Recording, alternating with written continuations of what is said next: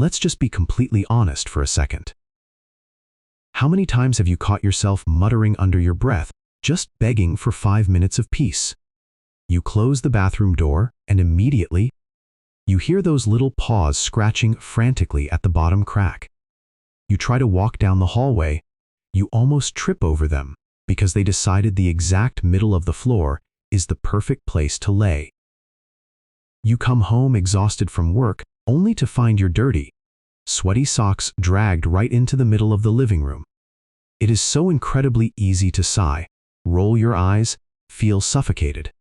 To see these little habits as clingy, needy, or just mindless animal behavior.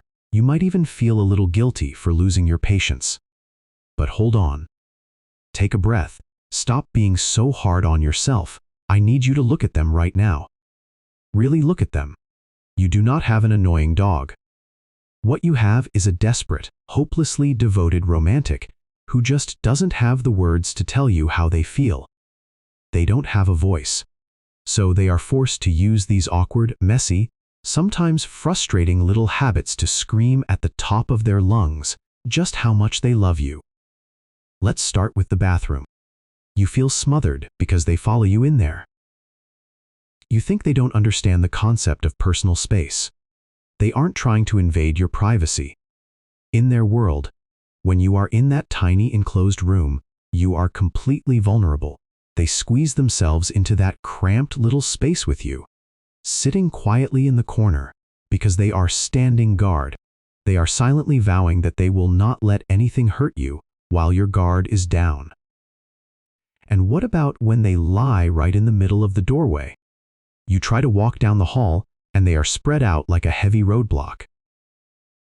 You probably mumble that they are just being lazy, but look closely at where they chose to lay. They intentionally placed their body across the only entrance to the room. They are turning their own physical body into a shield.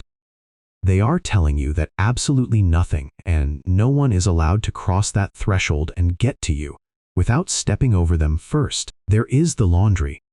You leave for work, and instead of sleeping on that expensive, plush bed you bought for them, they dig into your dirty laundry basket.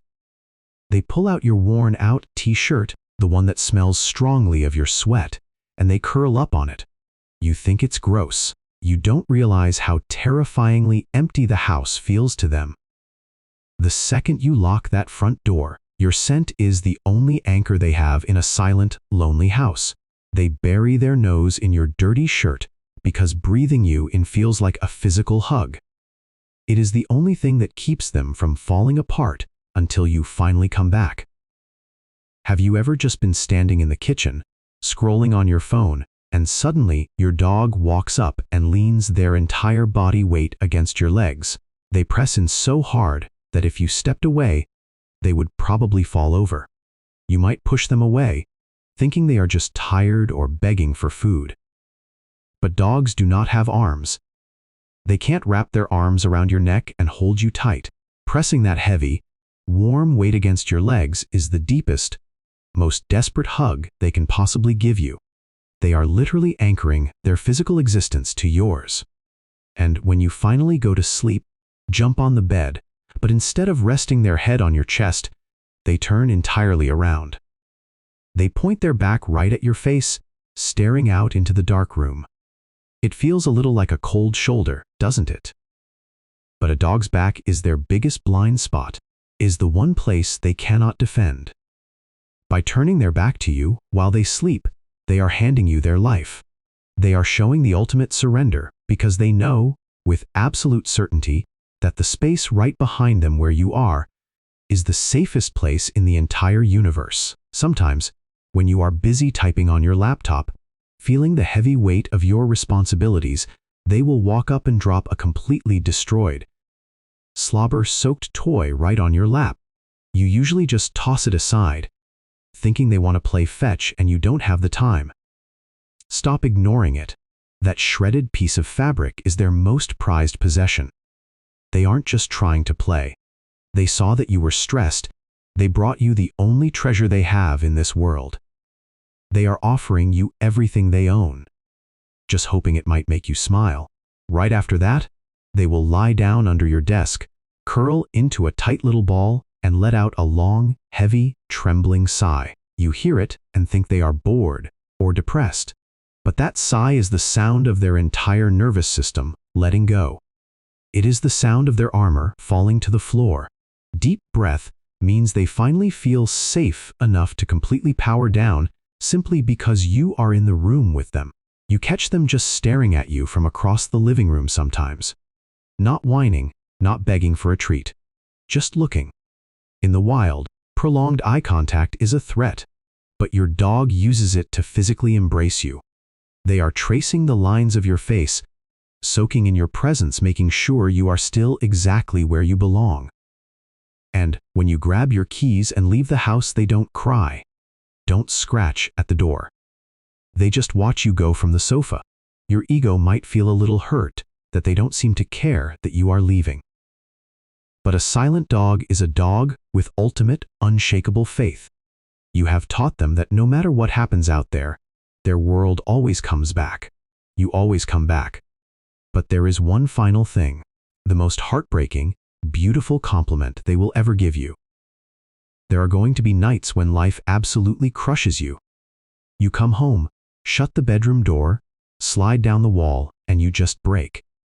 You are crying so hard you can barely breathe, feeling like the whole world has abandoned you. Then out of the dark, a silent shadow walks up to you.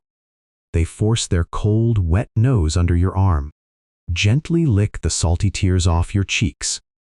They don't understand what losing a job means. They don't know what a broken heart is or what human anxiety feels like. But they can physically smell the despair pouring out of you. When they realize you are hurting, their whole world shatters. When humans see you cry, they usually tell you to stay strong. But your dog doesn't ask you to be strong. They just quietly step into the darkness with you. They press their little chest against yours, matching their steady heartbeat to your panicked one.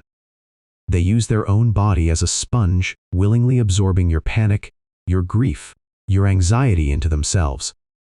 They are silently begging you, I don't know why you are hurting, but please do not carry it alone. Give it to me. Let me hold it for you. People on the outside might look at you and think you are crazy for spending so much money and time on a pet. They think you are just taking care of an animal, but they don't understand.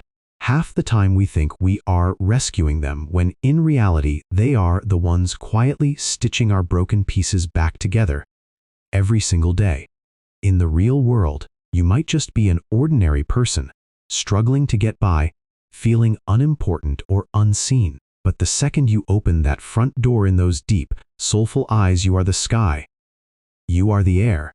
You are their entire religion. They spend their entire, painfully short lives doing everything they can to remind you of exactly one thing: how incredibly, undeniably loved you are.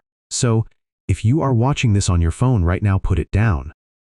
Go find them and just hold them for a minute, because they have been waiting all day for you to do it.